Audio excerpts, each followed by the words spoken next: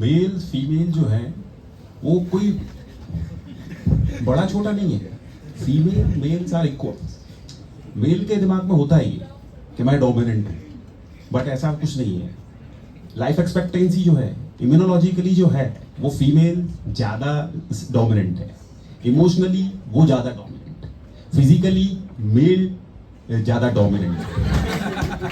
But physical strength है उसके पास, है ना, फिजिकल मस्कुलर स्ट्रेंथ नहीं है, बट इमोशनल स्ट्रेंथ है उसके पास, है ना, इम्यूनोलॉजिकल स्ट्रेंथ है। तो दोनों इक्वल है।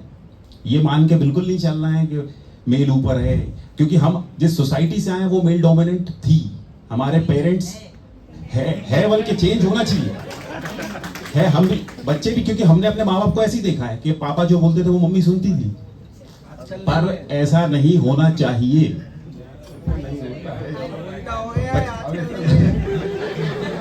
तुमको भी सुनना है, उसको भी सुनना है, दोनों को सुनना है, तभी बैलेंस बनेगा, चाहे फैमिली हो चाहे फ्रेंडशिप हो। मैं एक एग्जांपल अभी मैंने रिसेंटली पढ़ा था, इंदिरा नोई, ठीक है, शी इज लाइक फाउंडर, ये जो सीईओ थी पेप्सी कोका कोला कंपनी की। तो she has narrated one story in her autobiography कि जब जिस दिन उसको ये अनाउंस किया गया कि वो सीईओ बन रही है पेप्सी की, तो वो अपने घर में एंटर हुई। जैसे ही उसके एंटर हुई, उसने कहा कि I want to share one good news with all of you. तो उसकी मदर इन लॉ या मदर जो भी थी, I am not going into that debate of mother and mother in law, but she said कि no पहले तुम एक काम करो, दूध खत्म हो गया है घर के अंदर और जाके 2 पैकेट दूध लेके आओ। उसने बोला कि मेरे हस्बैंड, जो उसका नाम था, जो भी विकास जो भी नाम था, बोले वो तो है घर के अंदर, वो अभी मेरे से पहले आए, 1 घंटा पहले, आपने उनको क्यों नहीं बोला? मुझे आप बोल रहे हो कि जाके पहले सामान लेके आओ। तो उसने बोला नहीं, वो भी बहुत थक के आया है, उसका बहुत स्ट्रेसफुल वर्क रहता है, तो वो अभी रेस्ट कर रहा है, तुम अभी जाओ और तुम जाके लेके आओ। तो वो गई और फिर जाके वो लेकर आई। तो उसने बोला कि ये शेयर की, जब उसने कहा उसकी मदर जो भी है एल्डरली फीमेल, शी सेड कि पहले तुम वाइफ हो, मदर हो, बाद में तुम सीईओ हो। सीईओ के वहाँ के लिए और बहुत सारे लोग हैं, पर तुम्हारी फैमिली के लिए you are the only one who has to take care of this family. So whole family depends on you, but your company doesn't depends on you. आज यदि तुमको सीईओ से हटा देंगे तो कल कोई दूसरा सीईओ आ जाएगा, but for your family you are the only mother and you are the only wife. तो ये जेंडर डिफरेंसेस हैं, हर लेवल पर है, और शायद कुछ जैसे कि मैडम ने बोला कि हमने खुद ही इसको एक्सेप्ट करा है जेंडर डिफरेंस को, और हम खुद ही उसको रोल को हम उस तरह से निभाते हैं। तो डेफिनेटली वर्क प्रेशर तो फीमेल पे रहेगा ही, क्योंकि उसको हर जगह अपना 100% देने की यदि वो कोशिश करती है, तो she will take toll on her own mental health if she want to be a perfectionist. Males जो होते हैं वो ज़्यादा गोल डायरेक्टेड या ज़्यादा एक्शन ओरिएंटेड होते हैं। फीमेल्स जो होती है वो ज़्यादातर उनका जो ब्रेन इस तरह डेवलप होता है कि वो रिलेशनशिप को ज़्यादा इंपॉर्टेंस देती है। उसमें एक जैसी कहानी है, एक हस्बैंड वाइफ गए स्टोर में और वो लोग हस्बैंड को अपने लिए वॉच लेनी थी। और वो वॉच देखला, अपन लोग जाते हैं स्टोर में तो कितनी जल्दी कोई भी सामान लेते हैं। मेल्स क्या करते हैं, ये उसने पहले ही सोच के गया था, वो उसी सेक्शन में घुसा, वॉच वाले सेक्शन में, उसने अपनी घड़ी पिक करी, जो 3 4 5 उसको पसंद आ रही, फटाक, मतलब 15 मिनट के अंदर उसने घड़ी चूज करके करी। इतने टाइम में उसने कहा कि उसकी वाइफ नहीं है यहाँ पर, तो वाइफ क्या है, वाइफ कपड़ों के सेक्शन में घूम रही थी। उसने कहा कि भाई यहाँ पे तो ये तो अपना काम था ही नहीं, अपने को तो सिर्फ घड़ी लेने आए थे, यही चाहिए था अपने को। बोले ठीक है, मैं देख रही हूँ, थोड़ा सा 5 मिनट रुको। फिर वो लोग निकल जाते हैं। 6 महीने बाद क्या होता है कि उनके कोई दिल्ली वाले अंकल थे, उनका कॉल आता कि हमारा बेटा अनिल आ रहा है, अभी तुम्हारे यहाँ पे भोपाल में, फॉर एग्जाम्पल वो लोग रहते हैं, तो भोपाल आ रहा है थोड़े काम से, तो शायद तुम्हारे यहाँ भी होके जाएगा। अब हस्बैंड बोलने लगा कि अरे यार, अब एकदम से सडनली अपन कैसे क्या करें, है ना, कोई आ रहा है अपने यहाँ गेस्ट, तो कुछ अगर होता तो अपन उसको दे देते। तो फीमेल बोलती है, उसकी वाइफ बोलती है, बोले कि मुझे पता था, मैं 2 दिन बाद चली गई थी स्टोर से, स्वेटर लेके आ गई थी, वो अपन दे देंगे। तो फीमेल्स जो है इस तरह से सोचती है कि कहीं ना कहीं रिलेशनशिप को ज़्यादा इंपॉर्टेंस देती है। वो इस सारे लोगों के बारे में उनका जो कनेक्शन होता है वो अलग तरह का होता है। मेल्स जो होते हैं वो ज़्यादा एक्शन ओरिएंटेड होते हैं, ये करना है, ये करना है। तो अपने लगता है अपने को कम टाइम लगता है, ये अपने काम की चीज़ है। फीमेल्स थोड़ा सा उनका ब्रॉडर वे ऑफ सेंस होता है। सो यहाँ से आगे बढ़ते हैं हम। फिर फीमेल्स में बात हुई वर्क लाइफ बैलेंस की, तो कैसे हम लोग इस बैलेंस को मेंटेन करें, कैसे हम लोग फ्रेंडली एंड रिस्पेक्टफुल बॉन्डिंग हमारे कलीग्स के साथ अपने वर्क प्लेस पे मेंटेन कर सकते हैं, कैसे इस चीज़ को मेंटेन करें, and what is spiritual maturity. अगर हम स्पिरिचुअल पॉइंट ऑफ व्यू से देखें तो क्या ये चीज़ हमें हमारे वर्क प्लेस पे ज़्यादा अच्छे से काम करने में मदद करती है। यहाँ पर क्या है, सभी सीनियर्स बैठे हुए हैं और सबकी अपनी अपनी एक अनुभव है, थॉट प्रोसेस है, अपनी अपनी स्पिरिचुअलिटी है। मतलब आपने अपना जीवन सीखा है तो आप जानते हैं कि कैसे अपने आप को डील करना है। क्योंकि क्वेश्चन मुझसे पूछा गया है तो मैं उत्तर देने की कोशिश करूंगा। स्पिरिचुअलिटी का जो कोर थॉट है वो ये है कि आपका जो जीवन का जो सबसे बड़ा सुख है वो आपके भीतर है। और ये सारे जितने भी धर्म ग्रंथ हैं, चाहे दुनिया में कहीं भी डेवलपमेंट हुआ हो, मैं उस पर नहीं जाना चाहता, पर उनमें एक बात से वो सहमत हैं सब लोग कि आपके भीतर ही वो जो छुपा हुआ है जिसको आप बाहर तलाश करें। तो हम कभी सोचते हैं कि गवर्नमेंट जॉब में खुशी मिलेगी, फिर हम सोचते हैं कि नहीं प्रैक्टिस में खुशी मिलेगी, फिर जो बोले हमारे बच्चों के डेवलपमेंट में खुशी मिलेगी। तो हमारे जो ऑब्जेक्टिव्स हैं, मैंने पहले ही बोला कि हमेशा लाइफ टफ रहती है। तो स्पिरिचुअलिटी क्या कहती है, वो ये कहती है कि आपके भीतर वो जो था, जो आप ढूंढ रहे थे, और हम जिंदगी भर चारों तरफ ढूंढते रहते हैं, वो हर जगह हमें कुछ ना कुछ ऐसा मिलता है जो हमें वहां पहुंच के लगता है कि यार इसमें तो कुछ नहीं मिला।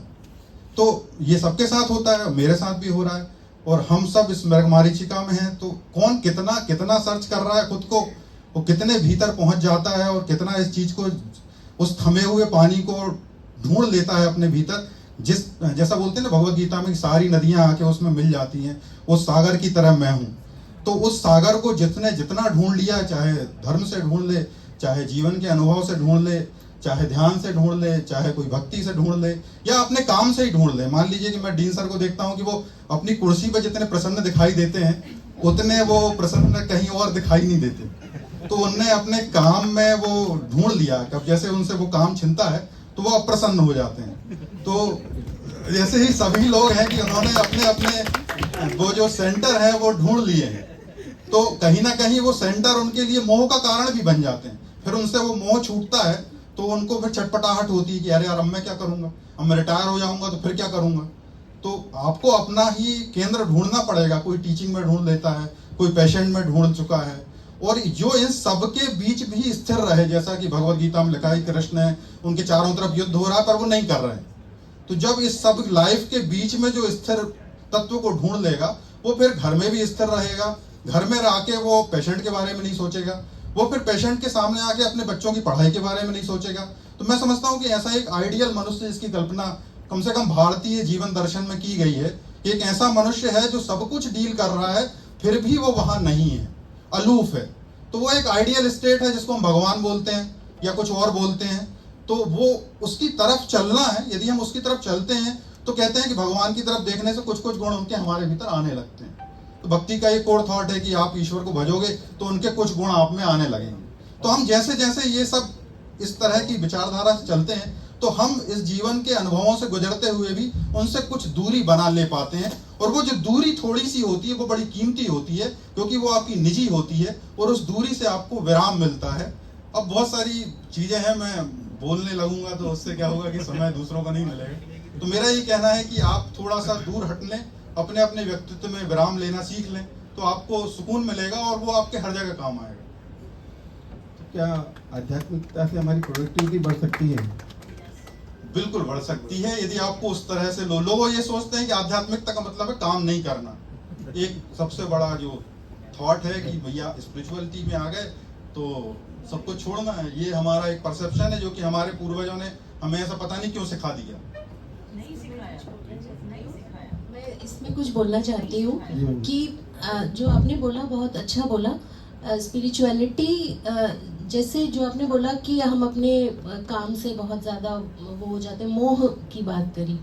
मैं ये बोलना चाहती हूँ कि हम अटैच हो जाते हैं अपने काम के रिजल्ट से। जो आप भगवत गीता की जो आप बात करते हैं, तो हम लोग जो बोलते हैं उसमें लिखा है कर्मण्येवाधिकारस्ते मा फलेषु कदाचन।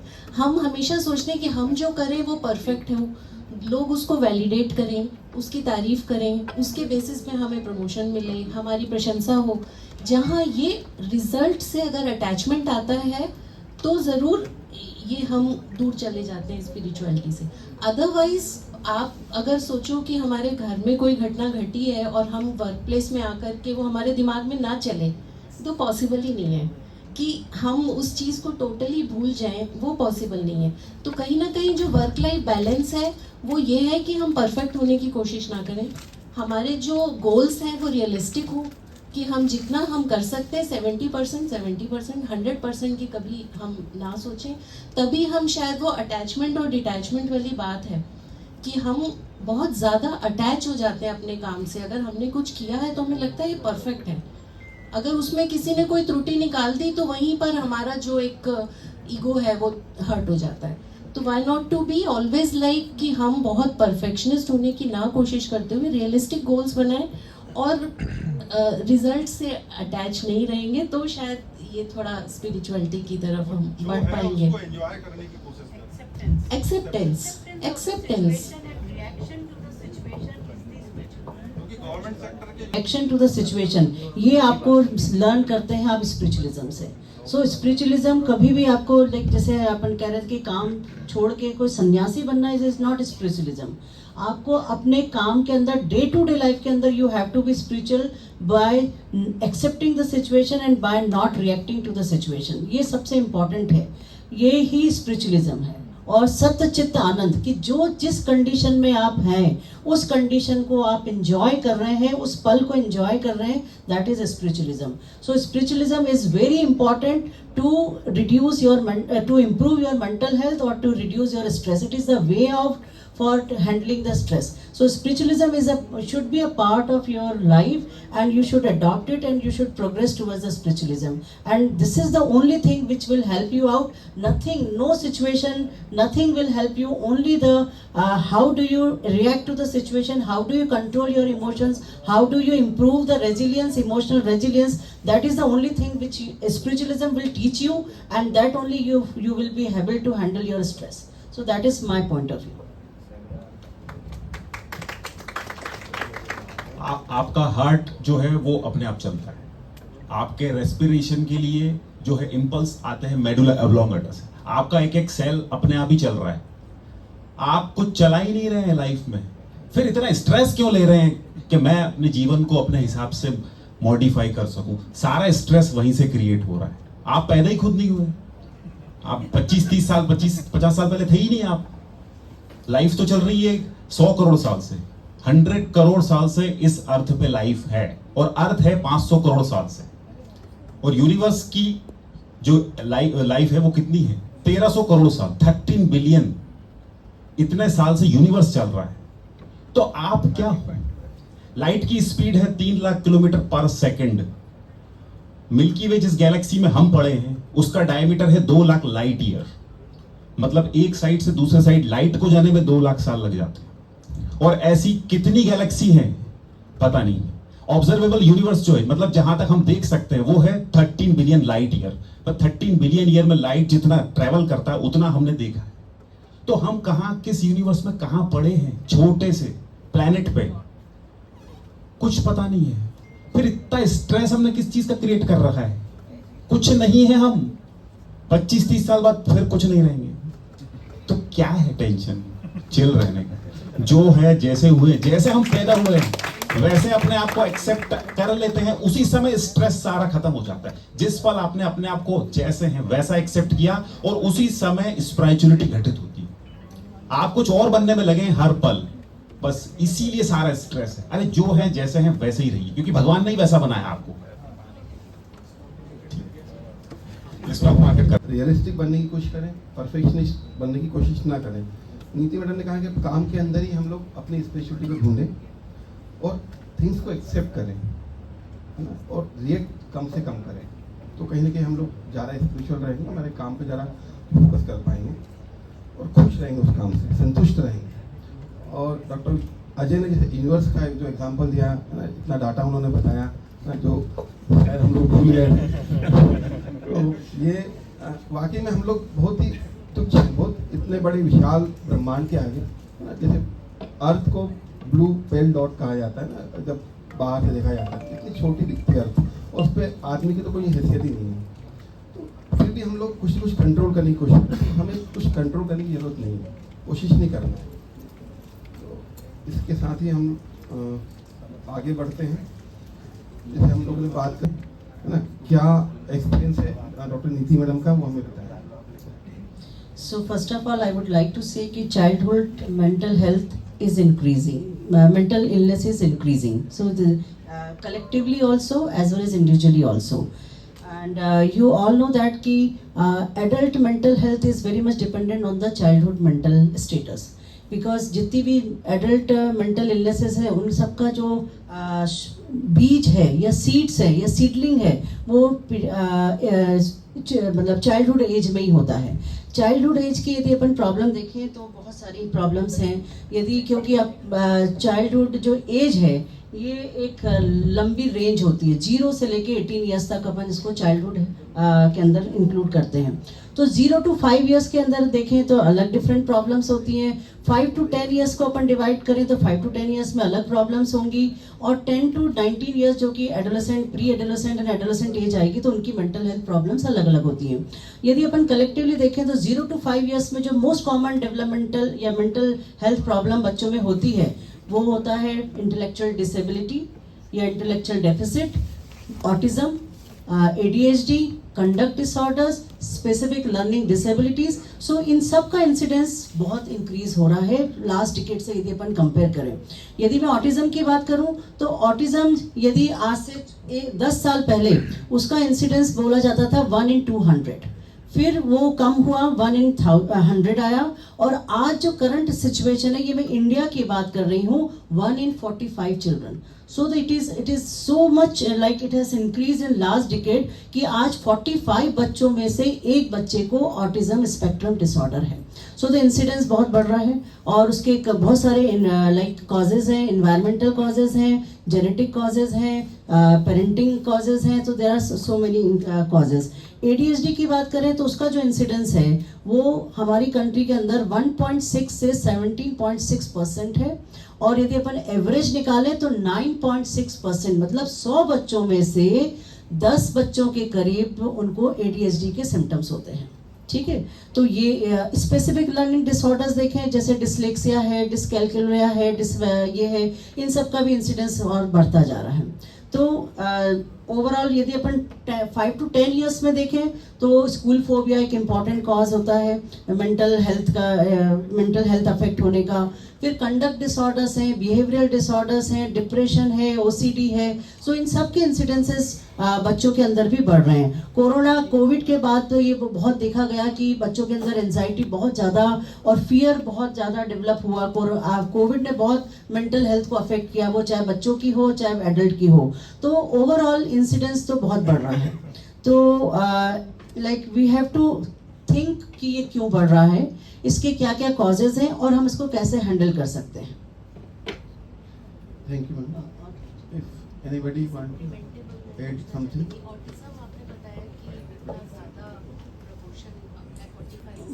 यस, देखिए इसके अंदर जो कॉजेज हैं इसमें एक तो जेनेटिक है, तो genetic pre disposition is there definitely. बहुत सारे जीन्स आइडेंटिफाई हुए हैं जिसमें ये कहा गया है कि ये बच्चे जिसमें ये जीन का वेरिएशंस है, these childrens are prone for autism spectrum disorder.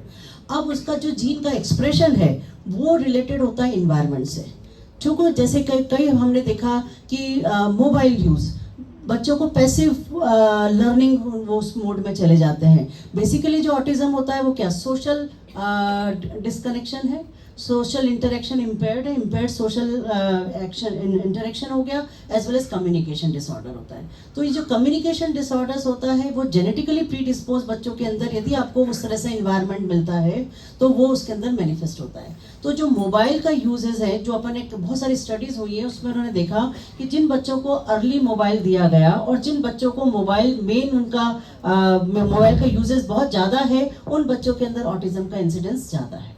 तो सोशल इंटरेक्शन, न्यूक्लियर फैमिली हो गई है, वर्किंग पेरेंट्स हो गए हैं, और जो क्वालिटी टाइम होता है वो पेरेंट्स नहीं दे पाते हैं, और वो बच्चे यूजुअली मेड के भरोसे रहते हैं, तो वहाँ पे उनको उनका जो सोशल इंटरेक्शन है वो इम्पेयर्ड होता है. That is also one of the reason for autism. So कुछ हद तक प्रिवेंटेबल है, नॉट 100%, बट कुछ हद तक, कुछ परसेंटेजेस के अंदर we can say that it is preventable. Similarly ADHD also same thing. Conduct disorders definitely depends on the parenting. So my next question is on parenting. Do you feel, ma'am, a difference in parenting style nowadays? So definitely parenting style has there is a difference in the parenting style. So parenting style यदि अपन देखें तो what is parenting? What is parenting? The parenting means how do you interact with the child? How do you communicate with the child? Both verbal communication as well as the non-verbal communication. How do you accept the child? How do you what is your attitude towards the child? And R is how responsive you are to the child's condition, your child needs, and how do you discipline the child. So basically the parenting style depends on all these parameters. How do you interact, how do you communicate, how do you discipline the child. So this is parenting. अब यदि parenting style देखें तो पहली चीज तो ये कि parenting style बच्चों की मेंटल हेल्थ को इम्पैक्ट करता है.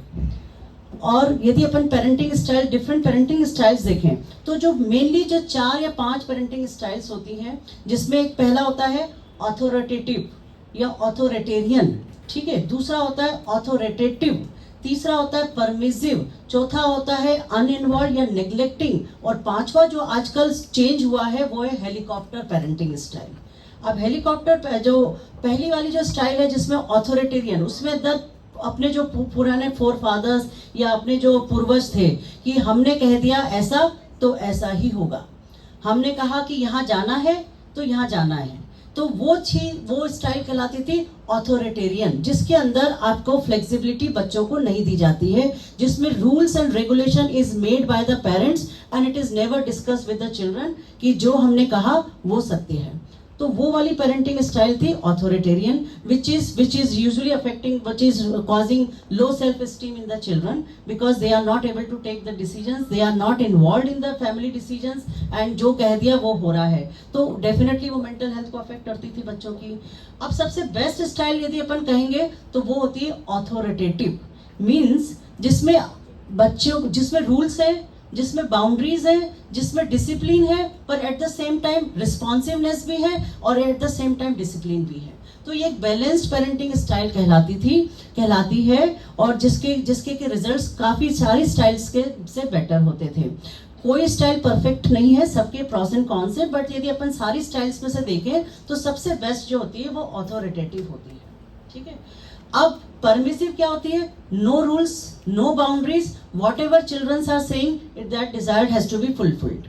उसने कहा ये चाहिए तो ये चाहिए, तो सारी बच्चों के मतलब परमिसिव मतलब you are giving permission to each and everything, you are not making any boundaries, you are not creating any rules. तो कोई रूल्स नहीं है, फ्लेक्सिबिलिटी ज्यादा है, लव एंड अफेक्शन ज्यादा है, रिस्पॉन्सिवनेस ज्यादा है, पर डिसिप्लिन नहीं है.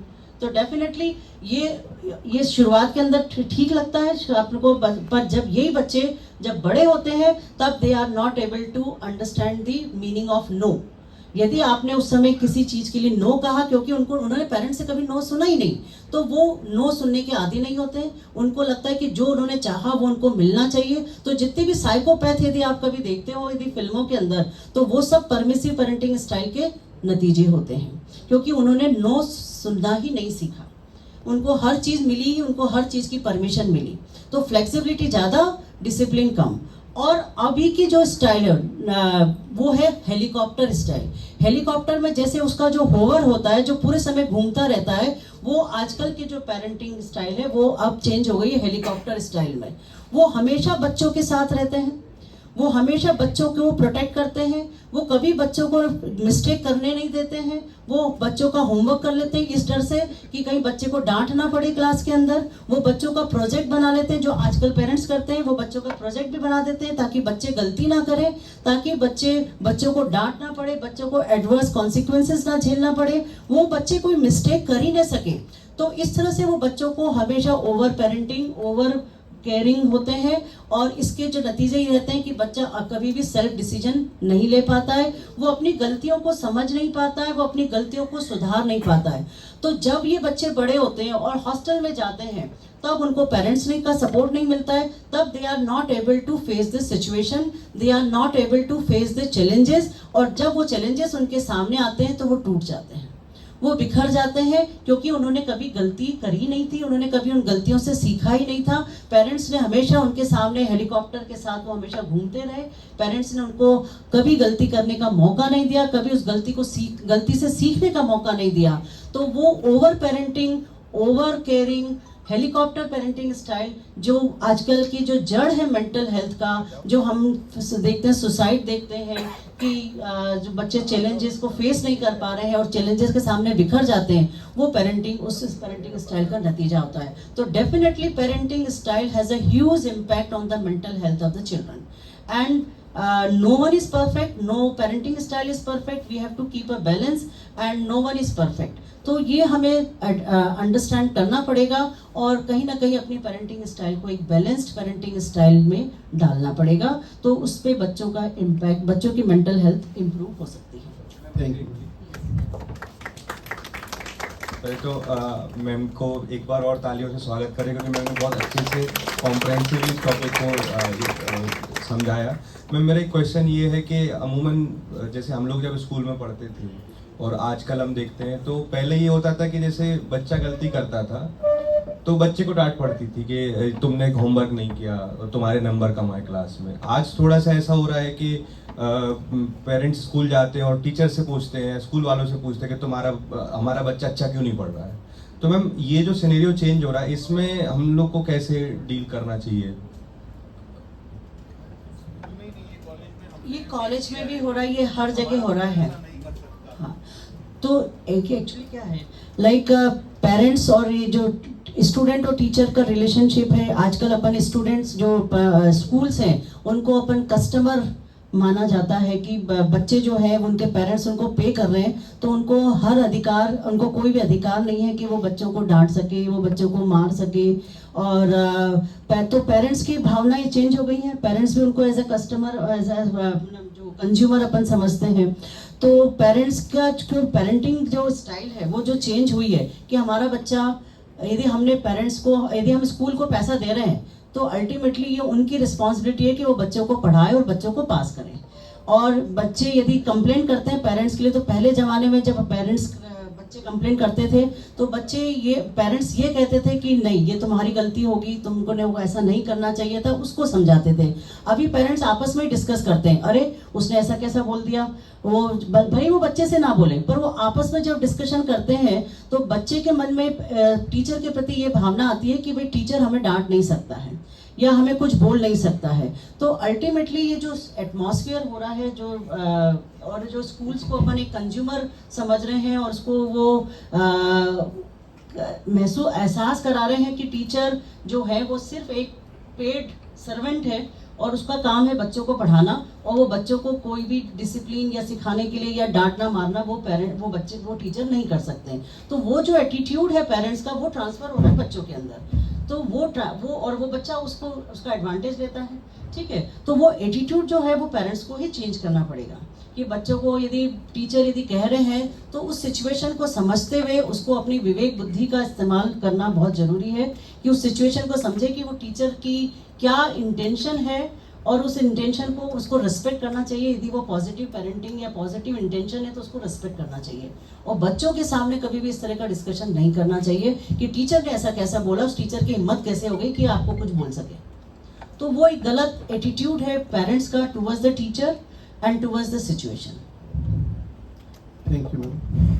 सो बेसिकली जो बात निकल के आई कि सारे जो